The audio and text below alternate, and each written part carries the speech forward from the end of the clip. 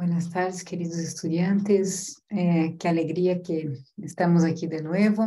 Hay muchas cosas que tenemos que seguir aprendiendo sobre los temas de gestión del conocimiento. Son temas bastante interesantes. Como siempre, les estoy repitiendo, son temas novedosos y de punta, ¿no? Son temas que están en la vanguardia de todo lo que se estudia sobre gestión.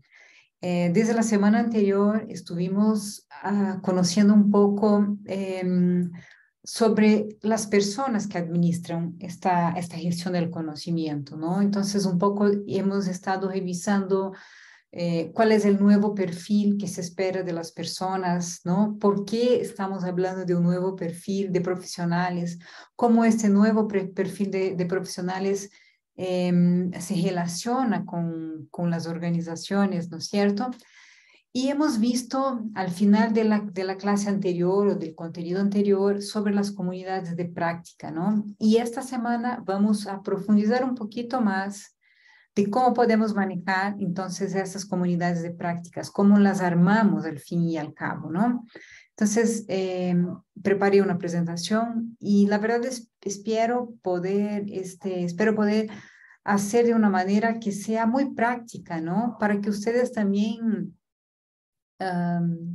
puedan comprender, ¿no? Cuando hablamos de comunidad de práctica, ¿qué significa realmente esto, ¿no?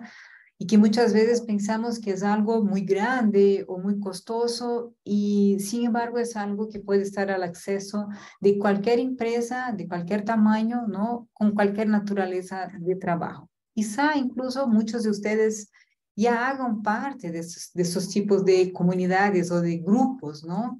Donde discutimos cosas a respecto de temas que nos interesan dentro del ámbito laboral. Antes, porém, sin embargo, quiero comentarles que esta semana tenemos una actividad importante y calificada, que es el foro de la semana 10, donde hay que contestar para qué sirve una comunidad de aprendizaje o una comunidad de práctica, ¿no? Y que puedan poner un ejemplo, ¿ya? Y que puedan mirar hacia sus experiencias, sus realidades, ¿cierto? Para explicar, para dar algún ejemplo. Un ratito, por favor, perdón. Ya, para que puedan dar algún ejemplo, ¿cómo ustedes perciben esto? ¿Cómo podría ser eso dentro de los espacios de trabajo que ustedes tienen o que conocen o que pueden mirar una empresa que les llame la atención? Quiero agradecerles por las retroalimentaciones que he tenido en el foro de la semana anterior. Fueron pocos, la verdad, pero muy, muy valorosos, ¿no? Tener también una respuesta desde la perspectiva de ustedes es bien importante y les agradezco de verdad, ¿ya? No era una actividad calificada, ¿no? Pero para mí ha sido importante porque de alguna manera también voy comprendiendo cómo ustedes perciben las cosas, ¿no? En el desarrollo del componente. Y vamos al contenido de esta semana, que es realmente cómo implementar, ¿no? Las comunidades de prácticas. Entonces, solo me gustaría recuperar este concepto, ¿no? Hemos visto la semana anterior que una comunidad de práctica no es un grupo académico que se reúne para discutir conceptos o filosofías. Aunque eso sea súper importante, la comunidad de práctica tiene una característica de estar volcada o mirando mucho más hacia la práctica. Entonces es como mirar un problema que tenemos en un espacio de trabajo, por ejemplo, y a partir de la discusión de temas que nos interesan, que tenemos en común, ¿no? Con otras personas, vamos a buscar soluciones, vamos a buscar una propuesta, ¿no? De algo que pueda solventar este problema o estas dudas que tenemos, ¿no? Entonces, las comunidades de práctica son un grupo de personas que se reúnen para compartir, ¿no? Interés sobre un tema o un conjunto de temas. Obviamente son temas de trabajo porque estamos hablando de un espacio organizacional, ¿no? Pero no es necesariamente un grupo de estudios donde nos vamos a dedicar a leer específicamente un autor y quedar solamente con elementos teóricos, ¿no? Como les había comentado antes, la principal característica o una de las principales características de tener una o de ser una comunidad de práctica es que justamente miramos las prácticas, ¿no? Basado entonces, obviamente, fundamentado en teorías, en experiencias y observaciones, ¿no es cierto? La comunidad de práctica es un ejercicio pleno de la gestión del conocimiento, pues es un momento donde las diferentes personas que están ahí hablan de sus experiencias o de sus perspectivas, ¿no? Y pueden interactuar una con las otras cumpliendo este ciclo CS de creación del conocimiento. Entonces, tenemos un momento de donde vamos a socializar nuestra perspectiva, nuestra visión sobre un determinado tema, sobre una determinada situación o problema, ¿no? Un momento en que vamos externalizar eso con otras personas, un momento en que vamos a combinar, donde uno y otro pueden darse cuenta de que hacen cosas muy parecidas y sin embargo la diferencia entre los dos puede ser algo diferente o complementario, ¿no es cierto? Y que mejore aún más las propuestas anteriores, ¿no? Y el momento de la internalización, que es cuando nosotros dejamos con que esto que hemos aprendido en este grupo, en este espacio, haga sentido en nuestro día a día, ¿no? Entonces, ¿cómo implementar? Es la gran pregunta que tenemos que revisar hoy, ¿no? ¿Cómo implementar una comunidad de práctica, ¿no? Y lo vamos a ver por medio de algunos principios, ¿no? Que son como puntos o palancas, ¿no? Donde nosotros podemos fijarnos, ¿no? Para siempre volver a consultar o volver a meditar, ¿no? Sobre estos principios para ver cómo mejoramos entonces esta práctica, ¿no? El primero principio o primer elemento que vamos a revisar tiene un sentido de cultivo, ¿no? Lo que nos dicen los autores es que tú no determinas en tu espacio de trabajo que ahora vamos a ser una comunidad de práctica y listo, ¿no? Eso no acontece por fuerza o por imposición. Significa que nosotros necesitamos mirar cómo estamos organizados internamente en nuestra organización y cómo se organizan los grupos afines, las relaciones que las personas tengan, ¿no? Los espacios de discusión que ya existan propios, ¿no? Para discutir temas laborales, obviamente, ¿no? No es una reunión netamente social, aunque sí tiene una gran carga, ¿no? De relación, pero está realmente basada en una discusión sobre los elementos de la organización, ¿no? Por eso se dice que se debe cultivar más que determinar. Entonces nosotros necesitamos, el primer ejercicio, el primer paso de ese ejercicio sería mirar lo que tenemos en nuestra organización y buscar identificar. Una vez identificados estos grupos, ahí sí realizar este cultivo, ¿no? Hacer como realmente una siembra, que nosotros ponemos abono, regamos, ponemos agua, ¿no es cierto? Cuidamos que no tome mucho sol o que tenga sol, ¿no? Para que crezca de manera abundante este sembrío, ¿no? Lo que acabamos de sembrar. Lo mismo pasa con esas comunidades de prácticas. Es ya que existen, aunque sea de una manera muy inicial, muy embrionaria, ¿no? Darle las condiciones para que las personas puedan mejorar aún más su participación y despertar en las personas, las otras personas, la curiosidad y el interés, ¿no? Estos recursos de apoyo son tanto herramientas tecnológicas como, por ejemplo, permitir o crear una red social propia, ¿no? Donde las personas puedan interactuar, pero también darles condiciones metodológicas, ¿no? Trabajar, por ejemplo, metodologías de aprendizaje activas o metodologías como storytelling, ¿no? Donde la construcción de una historia, de una narrativa, ayuda al compartir el conocimiento, bueno, y así por delante. Entonces, cuando hablamos de cultivar, estamos hablando exactamente de este punto, ¿no? De identificar lo que ya existe y como que invertir tiempo, calidad, ¿no? En este grupo que ya existe, que no es algo que nos estamos inventando, ¿no? El segundo principio es pensar en el enfoque o tema, ¿no? Eso quiere decir que el tema de las conversaciones, ¿no? Aunque no sea totalmente encerrado, restrito, debe estar claro. Como les decía al inicio, no es, las comunidades de prácticas no son netamente un espacio social, aunque lo podamos manejar de esta manera, ¿no? Teniendo un espacio más suelto que no está restringido, ¿no? Como un espacio de trabajo. Sin embargo, tiene una finalidad, tiene un propósito, ¿no? Y este propósito, que es entonces el tema o son los temas que trabajamos ahí, debe estar claro para todas las personas, ¿no? Si es una comunidad de práctica que está iniciando o embrionaria, como decimos, ¿no? Es importante también conducir a esas personas consultando los temas con qué frecuencia topan, ¿no? Porque a veces queremos inducir o determinar externamente un tema para que discutan ellos un tema, mientras que la misma dinámica del grupo ya tiene su manera de trabajar y de actuar.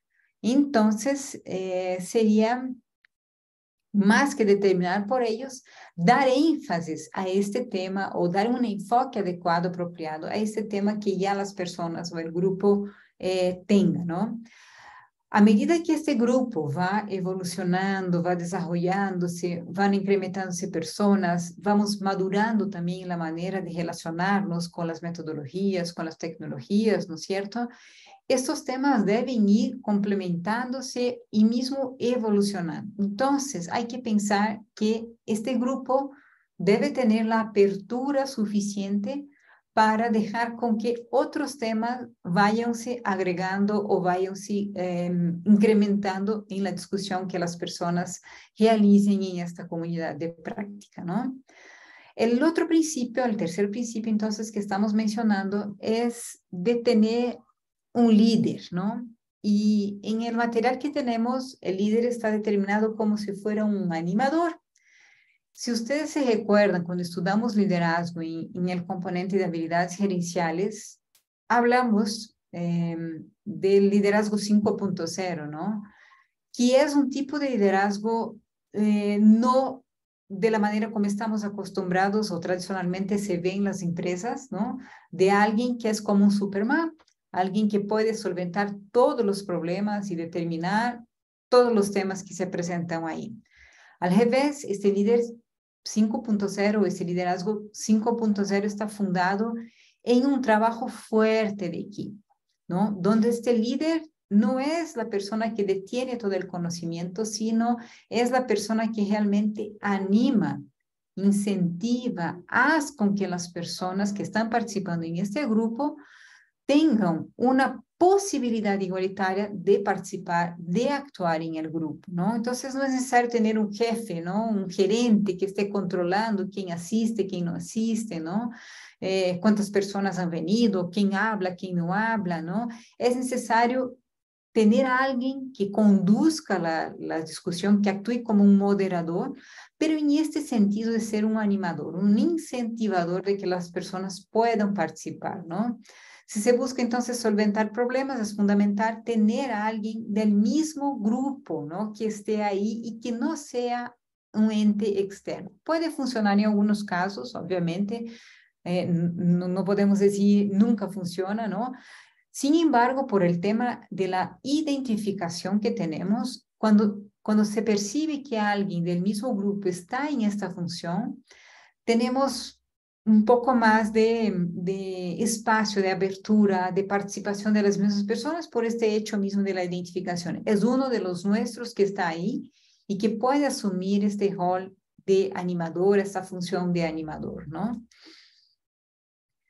La cuarta o el punto 4, el principio 4 es con relación a la participación de las diferentes personas que tenemos en el grupo o en la comunidad de práctica, ¿no? Hay algunos tipos diferentes de participación, ¿no? Y no son roles, no son como que cargos o funciones que las personas al participar de una comunidad de práctica reciben expresamente, más bien viene incluso de la naturaleza de cada persona. Entonces, hay un tipo de participación donde las personas activamente participan, hablan, corroboram, comentam em todas as discussões, não? Hay algunas personas que participan activamente, ¿no? Hay algunas personas que participan a veces, ocasionalmente, hay aquellos que apenas asisten, ¿no? Hay personas que participan de las actividades, por ejemplo, virtuales, participan de los foros, de las discusiones o corroboran con materiales. Sin embargo, en el momento que estamos en presencia o reunidos de manera síncrona, estas personas no participan, ¿no? Lo que es importante comprender es que mismo estas personas que participan poco o apenas asisten, tiene también una importancia, porque al participar de las discusiones, aunque sea en la calidad de asistente, están desarrollando un conocimiento que de alguna manera va a saltar o va a extravasar las cuatro paredes de la comunidad de práctica, por ejemplo, afectando incluso a otras personas, ¿no? Sea quizá después de la reunión, después de la sesión de la comunidad de práctica, en una conversación telefónica o por el envío de un correo o en alguna otra reunión, estos conocimientos se van a perpetuar, no se quedan necesariamente apenas con las personas que actúan. Entonces, el tipo de participación es bien importante que lo conozcamos, ¿no? Y que sepamos respetar la manera como cada persona interactúa o participa dentro de la comunidad de práctica, ¿no? Posiblemente con la evolución del tiempo o con el desarrollar de los temas, ¿ya? Un poco estos tipos de participación también cambien, ¿no? Tengan otro o intercambio entre las mismas personas, ¿no? Como que si fuéramos rotando estos tipos de participación. Aún con relación a la participación o la conformación del grupo, ¿no es cierto? Entonces hablamos que hay un líder o que hay un animador, que es importante, que es válido, valoroso cuando es una persona del mismo grupo, que hay diferentes tipos de participación, con mayor o menor participación, pero también hablamos que hay diferentes niveles de participación y el nivel de participación está relacionado al tamaño del grupo, ¿no? Entonces se puede identificar de acuerdo a la literatura 3 niveles de participación, ¿no? Entonces hay grupos de aprendizajes que son grupos un poco más chiquitos, comunidades de práctica como tal, que está caracterizada entonces por lo que comentamos, ¿no? Por buscar solventar un problema en común, por discutir o tener intereses en temas en comunes, ¿no?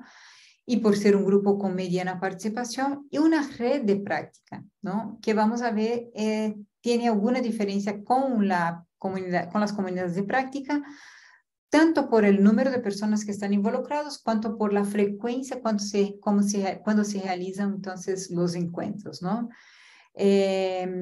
Cuanto más chiquito el grupo, ¿no? O el número de personas que participan, tenemos la oportunidad de aprimorar o profundizar el tema de la confianza, ¿no? Entonces, quizás sea bueno realmente, como hablamos al inicio, identificar estos grupos, incentivar, ¿no? O animar estos grupos que se reúnan, cultivar estos grupos para que cultiven desde un inicio, para que desarrollen desde un inicio la confianza entre las personas, ¿no? En cualquier caso, las técnicas aplicadas para la participación de las personas deben mirar hacia respuestas prácticas. Entonces, esa es una característica de las comunidades de práctica que tenemos que siempre estar evidenciando, ¿no? Como sexto principio, ya está el tema de la agenda y la frecuencia, que de alguna manera caracteriza o diferencia una comunidad de práctica de una red, ¿no es cierto?